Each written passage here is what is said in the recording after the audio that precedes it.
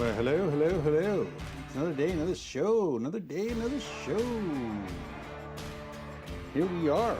Let's see what's going on here today.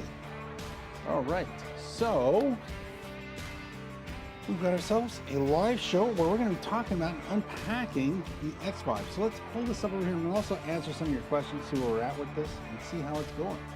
So let's cue this out and let's get this show on the go and see what's happening. So we're going to be talking about this guy right here, this Xvive. We're going to also be answering some of your questions. We'll also look at some microphones to put with it, and we're going to compare it with the old ones and cover some of the what's happened in the past.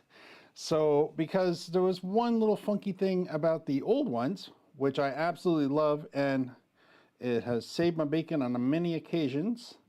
So I'm pretty happy about that. So let's take a closer look at it and see what's going on. And then when we finish with that, we'll spend a couple of minutes and cover up some questions. Let's see. It's called the one-man show. Trying to get this on the right mouse. There we go. And there we are. Now we got the right camera. Ta-da! Right in front of the flashy keyboard. So this is the U35. The thumbnail kind of gave it away. This is the U3. Now, the U3 and U35 are looking pretty similar because they're looking at it from this side. And now let's slowly take it out of the box. No, I'm not that kind of guy, but let's do take it out of the box, and we'll talk a bit about it and why did they decide to come out with a new one when I've been so happy with the old one. And I mean really happy. I mean, the U35, the U35C, especially C with the phantom power option on it, been really, really nice. The only drawback, of course, is they didn't jump into the USB-C right away. This has been out for like 5 years now at least, right? I remember I've had these way before the big C happened. And yeah, they were nice to me then. And we've had great success. It's been featured in so many videos. And it's because you can find so many different ways of using it. And of course, the way I look at it is I've always treated it like a great way to make wireless speakers. So again, that was a pretty box came in, which, you know, if you're that type of person, you're going to spend all your money on this pretty box and they're going to give you all this free inside. They don't guarantee the box, but they do guarantee the product. And they gave you a pretty little book. Now, there's lots of things you can do. If you haven't personally used an Xvive product, or you're like, I don't know about the quality, I can speak from experience. It's been great.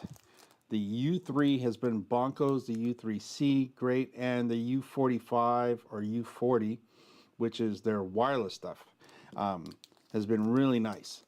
I've been fortunate enough not to just be the guy who uses it, but through all the different videos I've done and through my Amazon links and programs like that, I've gotten to see hundreds and hundreds of these get sold, and people buying it being very happy about what they got.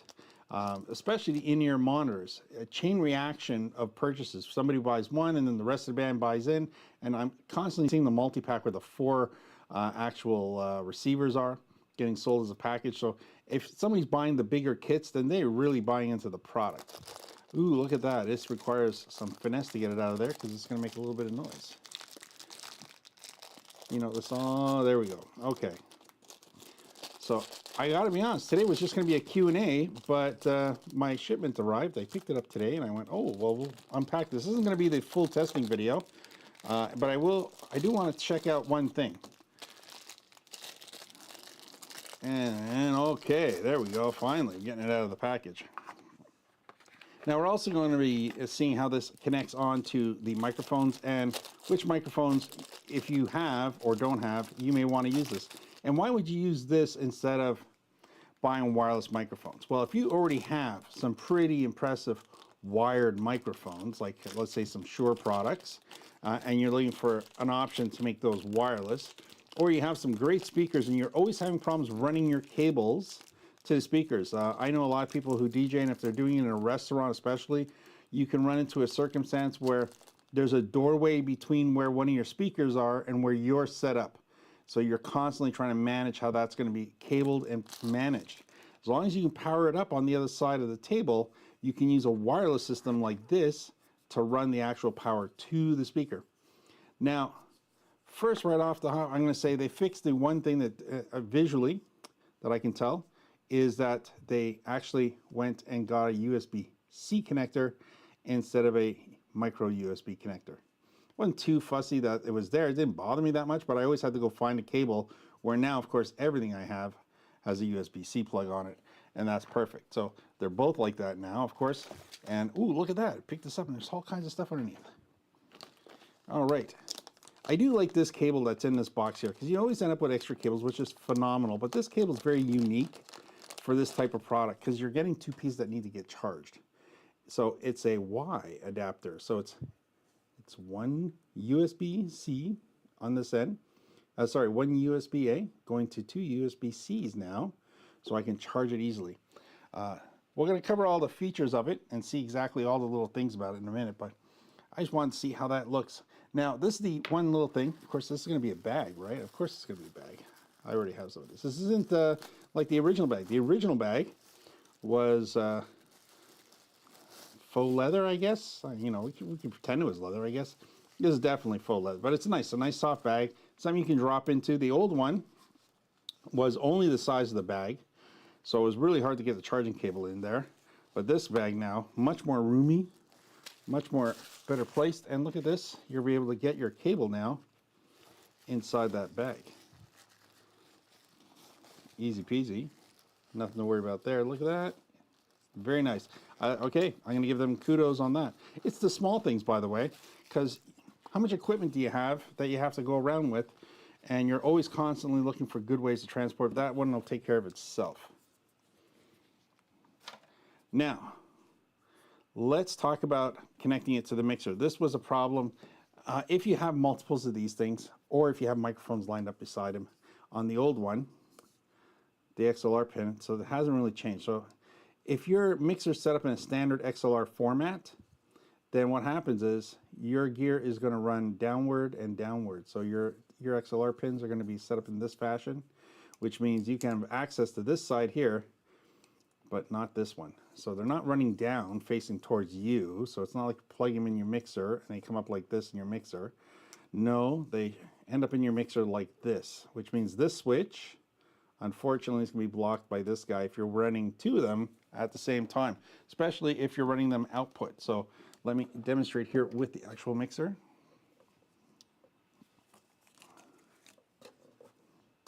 So here we go. I guess I should have got a mixer that had the output so we could show both. But here we are. So here, this is the side with the switch, okay? That makes perfect sense if I'm putting it here. I'm happy, joy, joy. I can manage the switches right here. Now the next one, we're going to use my old one as a good reference right here. Pins have to line up, of course. Now a lot of people say, oh, I have problems. I can't get both these in here at the same time. I've got a lot of mixers here, and you know what? I haven't for yet run into that problem. I could see it happening, but it hasn't happened. I think if I start, no, there's a gap. I can pass. Yeah, this fits all the way down in between here. I'm not jamming anything. I mean, it is holding it together. So I'm going to say I can't keep doing this, because if I plug another one, it'd probably be my limit. So it is right up against each other. But there's the problem right there. Those switches are on the inside, so I literally have to take it out, turn it on. Hopefully it doesn't get turned off when I plug it back in. And there you are. I can't check the channel on it or anything like that because I can't see it anymore because there's channels indicator there, right? So again, we'll turn that one off, pull this one out. The same thing happens when you do it for the output. There's a little switch there, it powers on and on. Now, this is when I say this thing saved my ass a few times, is if I run into equipment that's not happy with each other for some reason, maybe I have a mixer and it's got a little bit of hum, or I got a grounding issue with something and it's passing its way into the speaker. It happens a lot of times with plugs when you plug things in. So it's not always the gear that's causing the problem. A lot of times you'll have an issue where if you plug something into a separate breaker, especially if you're going to be doing a big setup, that can be a problem, because if it goes, I had in my showroom had 2 breaker panels in it, and if I had plugs that came off of one or the other, sometimes I had grounding issues. Now, the people who are responsible for the Hydro 4 Oakville told me it was a grounding issue with the building, and it was very hard because we were very far away from the main. He would have wanted a whole brand new ground line pulled in. Anyways, but these things happen all over the place. But how you fix that easily is if you have this, you've broken the connection between your mixer and your speaker simply by using this. So I'm using this on the mixer as a transmitter, and I'm going to receive it on the speaker with this guy. And now any grounding issues that were here, that only happened here, but so I didn't hear it on this guy, only happened because the two were physically connected by a wire, which created the grounding issue. That doesn't happen anymore because there's no physical wire between the two, and that fixes our problem. And yes, it was a problem. If you ever watch my older videos of my showroom, when I'm standing in between the racking and the wall, the power on the wall wasn't grounded good enough with the power on the island. That's the middle of the store. So I ended up with problems whenever I wanted to put a speaker on this side, but not, and plug it in over here, and then have a speaker on this side and plug it in over here. These things happen. So there you go. One thing's good, one thing's bad. I wish they would have fixed that. Of course, the USB-C is better than it was before. I do appreciate that part. Now, like I said, I feel accredited that I could say that I've literally contributed to hundreds of these getting sold, and I don't see bad reviews on these, including my own review. If I was to go back and say, would I buy this again? Absolutely. I would still buy these because they are very good and very practical. Now, let's put these aside. Those are 2.4 gigahertz that I just had there. Now, the frequency quality is very good. They're direct point to point. It's not Bluetooth. They weren't Bluetooth. Neither are these. These are not Bluetooth. They're in the frequency. So this will probably be eventually next generation Bluetooth if it ever exists, or Bluetooth higher level. But this is operating in 5.4 gigahertz. So yes, this is a 5G version of that guy there. Now, the gigahertz that it's starting the frequency at has even a harder time getting through walls. So we've improved the frequency distance a bit, but only through line of sight. Now, we've also improved clarity, and the speed seems to be exactly the same, 5 milliseconds.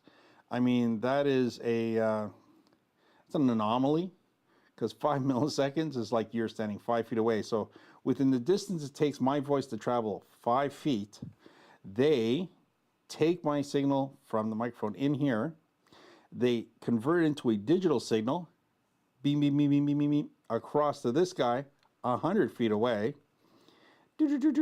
convert it back into analog, and pump it out of the system in 5 milliseconds. Like I said, that's the distance of my voice traveling 5 feet.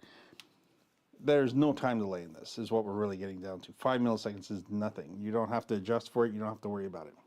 Now, what kind of microphones would I plug this into? I'm going to pull out an SM58 because, of course, this is what everybody thinks of first. Ooh, if you have an SM58 and you want wireless, I mean, you could have gone out and spent yourself $1,000 to get a wireless version of it. And by the way, if you're looking at the PGA, we're going to fix that in a second. So, but you might have already had this. And I say already, by the way, this is how it comes, eh? You can tell stuff that's made here versus stuff that's made in China. Because look at the bubble wrap. This is original OEM bubble wrap that came with this product. This is when we used to sell them, so everything's here. I kept one because I always thought this is a great reference point. Because you know the knockoffs are actually packed better than the OEMs, by the way, by the actual factory originals. So that is funny, by the way, that the one made in China is packed better. So here we are. Here's my true blue, red, white, and blue Shure microphone right here. SM58. XLR, of course. Everything about it is important. It weighs heavy. It's beautiful. Ooh la la. It's a Shure SM58. I want you as a... Ooh, yes. That's what people... You know, I don't get it. You know, it's a good microphone. Don't get me wrong. Don't use it as a hammer, even though they do. And it's going to rock your tunes for sure. And of course, you can just take this guy now, plug it in there. Do you see how hard I had to push that? You know why? It doesn't move. It doesn't wiggle. There's a rubber ring there. There's an O-ring right there. This is locked in, secure and safe. You can't pull it out. It isn't going to fall. Even if you drop it, it's most likely not going to do anything to it except ding it up pretty good. But it is very solid. They've drop tested it with microphones like this on it. So this way to make sure it can take a beating. But I think if you drop it several times over 5 feet, you're probably asking for it. So anybody, you might, if you're a DJ and you use a product like this, make sure it's in the contract that anybody who drops a mic will be charged $400 to the actual bridal party. Don't drop the mic. Now, would I go out and buy this to use with this? There's no reason to. No reason to. That's, you know, it's overkill. It's more than you need. It's not your first show here. It's not your first rodeo. If you've watched my videos, you know that the reason why Shure's most popular wireless microphones are called PGAs because they're made from the PGA series. They're made from this line right here. Now they have two of them. This is the PGA 58. Now they wanted to make sure that, you know, for those you diehards out there, you're not going to accidentally make a mistake between an SM58 and a PGA 58. So the PGA 58 has a black capsule on it. Yes, it's all black. Now the PGA 58, as per Shure's recommendations on their microphones between the SM58, legendary studio dynamic microphone. This one here says professional quality microphone, ideal for, what is it? I can't read it anymore. I thought it said live. Ideal for lead and background vocal professionals. Ideal for lead. I always thought it said live before, but I guess maybe the packaging changed. For lead and background vocal professionals.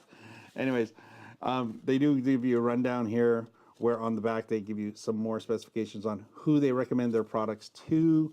Now, of course, the SM58, industrial standard, professional utility, the... Put that away. Yes, no, that's still PGA. Why not? And then, oh yes, the PGA, which is called for PGA Alta. And it's the microphone engineered for everyday use. And the 58 is recommended for vocals and speech, where the 48, which I also have right here, which looks more like the 58, SM58. That guy, we won't bother taking it out of the box, but you get the idea, right? This guy's like the spoken word. So if you're going to use it in church or for a lecture, or if you're doing presentations, or you're somebody out there doing shows, that's what that microphone's for. A magician, a comedian, PGA 58. On the wireless, great way to go. As I'm trying to get all these boxes out of the way. There we go. So, again, we're going to take this guy, put it on there. Now remember, there's a ring right there, and that's going to make it super, super easy to get the whole thing together. Now you're saying, well, what if I want a bunch of these? What if I need 3 or 4 of these? Well, that's fine, because if you haven't used it before, here's a couple of little tricks about it. On the bottom, we've got 6 channels. So we just have to link and control both these together on the same system. Now, there's another thing about this.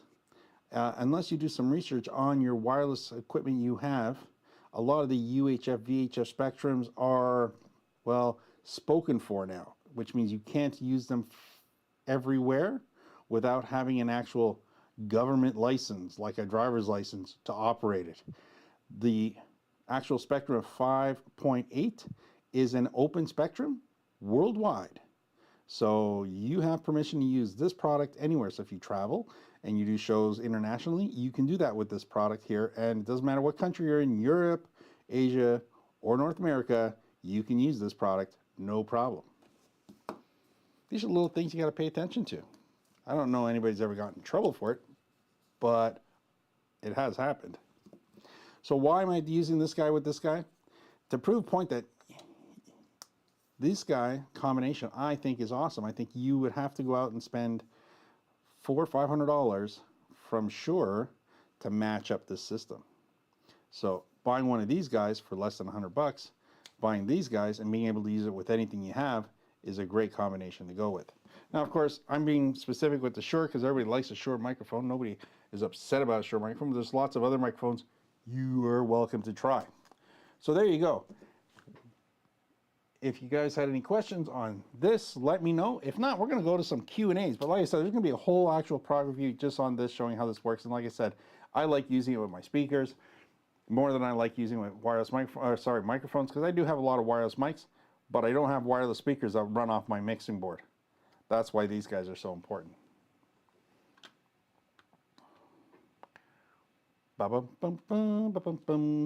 Okay, let's do this. On to the next thing here, which is some Q&As. We've got some great questions going on out there. I've made a bit of a mess on my table here. And let's see what we can do here for you.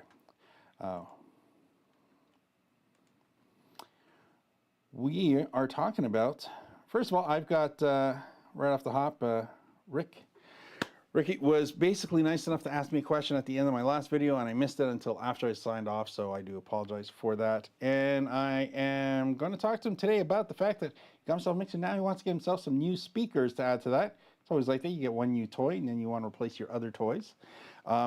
He amazingly enough, he's got some Behringer speakers from, they're called APS 12s from 15 years ago. So of course you can find anything on the internet. I Googled those, found a YouTube video from 12 years ago.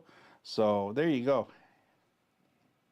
Rick says they still work, which is awesome. If you take care of it, just like he says he has been, they're going to be there. They're going to work. It's like a lot of speakers today, just like the ones back then. They're very strong. They're very durable. If as long as you don't abuse it, they're going to be there for you when you want them. And you're asking for a new set of speakers. Well, if your lifestyle and how you're going to use the speakers hasn't changed, I would just go out there and either buy the new Behringers, or if you want to try something different in the same price category, I would just go with the Altos. What we talked about in the last video, the Alto, the TS 412s. You had 12s before. If you want 10s, get 10s, but definitely get a subwoofer. Or buy yourself the Behringers in 10 or 12. Buy yourself a subwoofer to go with your mixer. That would be an awesome combination. And that's, we're talking about based on, you know, the speakers that you had before. Any of these speakers I'm talking about, the 15-year apart from those speakers to these speakers, power has dramatically increased. Efficiency is what's driving the power increase on all these speakers when it comes to how many dBs they play at and how clear they sound and how less the plastic boxes sound like plastic boxes, if that's a good way to explain it. Engineering has come a long way, and even if you look at speakers 15 years ago from, let's say, JBL or Mackie, who was really big back then, or Electro Voice, they don't look anything the same. They used to just look like a football, except inflated, these big giant eggs. They're way beyond that now, and the quality and craftsmanship put into the engineering of the speakers is excellent. So if you're looking in the same price range as, let's say, the mixer that you bought, which I think was this one right here, that's what we were talking about yesterday. You ended up bringing one of these home. I'd have no problem saying, throw yourself a pair of Altos. If you want a perfect set, eventually, the TS 412s right now, and a TS 15 subwoofer, you'd be rocking it like I do every day. Now, if you want the quietest speakers you can buy, and you've got a couple extra coins to spend your money on, go ahead and buy yourself the Behringer MLS 1000s. Doesn't matter what you're doing, you can do a small professional gig with them, or you can use them in your studio, in your garage, anywhere you want. They're very easy to carry around and set up, which is very key, because you never have to pick the speaker up. You're just clicking assembly. So you're going to pick up a piece on top, which weighs like 10 pounds, 15 pounds. You're going to snap it on place. Same thing with the middle. All the weight's on the bottom, and you're going to pretty much have your subs already included. So if you're looking for good value overall, that might be the right way to go. So am I going to edit what I said before? Nah. If you want regular speakers, yeah, get the Alto TS12s. If you want to get yourself better and you want more bass and you want better overall sound and you've got a little bit more money in the budget, MLS 1000s from Behringer. Use the link down below. Or the QR code, which is right there. It's in front of this laptop. There you go. Right there. Anyways, there you go. Nothing like a good plug to get the day going. So next, let's Next, I have a follow-up question from a few days ago. It showed up yesterday from Engines and Go. Engines plural and Go. 6955 to be exact. And his question, hers, I'm going to go with his, and is basically, he's now got himself some speakers, I guess. Fantastic, blah, blah, blah. A lot of praise for me. Oh, he's getting himself the Gemini. There we go. He's got the Gemini, the GD 215 Pros. Woo, gonna enjoy those. And you're looking to add a mixer to it. Now, I badmouthed the bejesus yesterday out of Behringer. So don't take my, I don't like the brand, the company itself, against the product. I'm not a fan of their speakers, but I am a fan of their mixers. They didn't seem to change much, and I can't legally say this because they'll get upset. So I'm going to say, it's only my opinion, don't sue me, because that's something they're very good at doing, by the way. They do a lot of like complaining about people online talking about their products, which is why a lot of people don't talk about their products anymore. It's bullying. I'm just calling it out.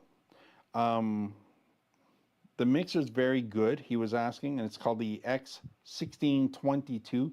It's very impressive. Got a lot of things. Got some sub channels on. It's got all kinds of things, and it's a very reasonable price. It's got a USB option on it, so you can do everything. I think the only thing it doesn't have is Bluetooth, but that's okay. It's the one and only thing it doesn't have.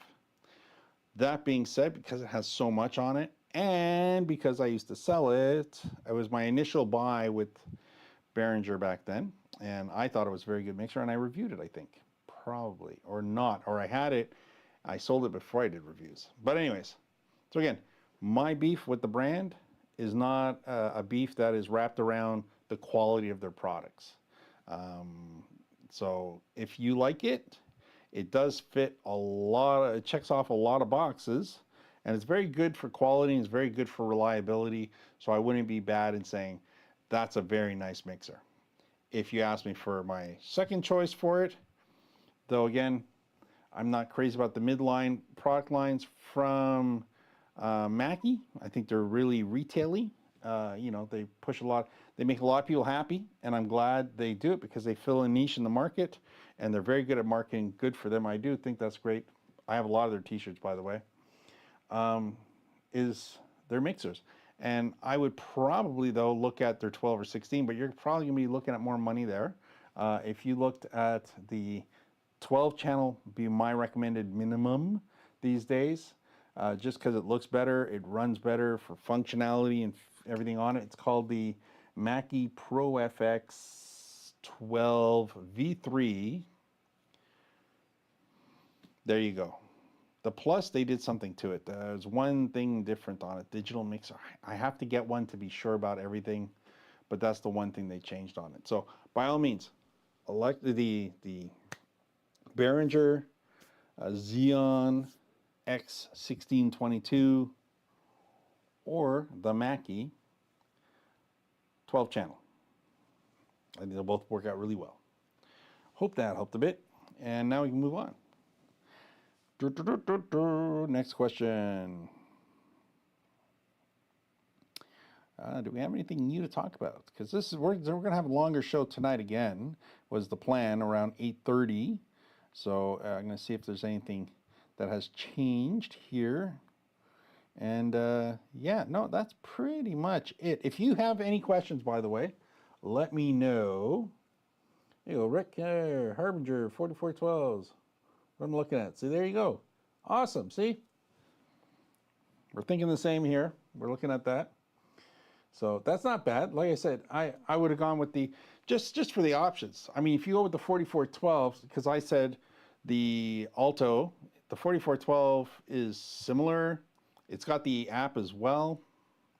Did you say 44? Oh, you're going whole hog. You're going 44. My apologies. I said 44, and I was thinking 34 because of the price point. But if you want to go whole hog, get yourself the 44 and blow your socks off, go for it. You don't get an app with the MLS 1000s, but you do get the app with the 4412. So if you really want to get excited about a speaker and you really want to have something for the next 15 years that's not going to look like you've missed out on anything, then the 4412 is the way to go. So by all means, I do like line arrays now, so I think the 4412 is bonkos, but I'd still, at the end of the day, like a subwoofer, because the subwoofer running separate from my mains allows me some variation on where my bass control is, because I may not look like it, but I listen to a lot of EDM.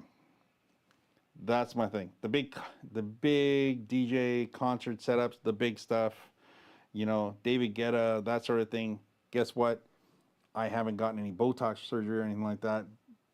We're about the same age, me and David Guetta, so I know these things, eh? It's like, I'm also, by the way, we won't even get into it. We'll save that for a different video. My birthday is one day off from somebody else.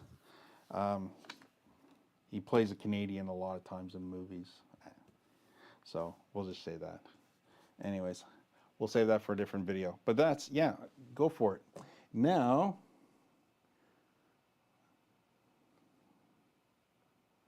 there you go. Want to blow your socks off? Yes, yes you do. There you go. All right then. So we've got ourselves at 5:07 because I was a little late starting off. So there you go. Again, quench your comments down below. And I want to thank everybody. By the way, so many people watch this after the fact. I want to say thank you very much for watching it like tomorrow or next week or next year when it comes across. The live shows have been very, very helpful with getting people watching the show. So I do want to thank everybody who watches it live, and then I absolutely want to thank everybody as well who watches it later on. So again, thanks for watching. Rick, I see you there. I'm going to give you a shout out because I missed you. I missed you yesterday. Bye for now. And see, I say that, but then I really don't have the button on ready to go.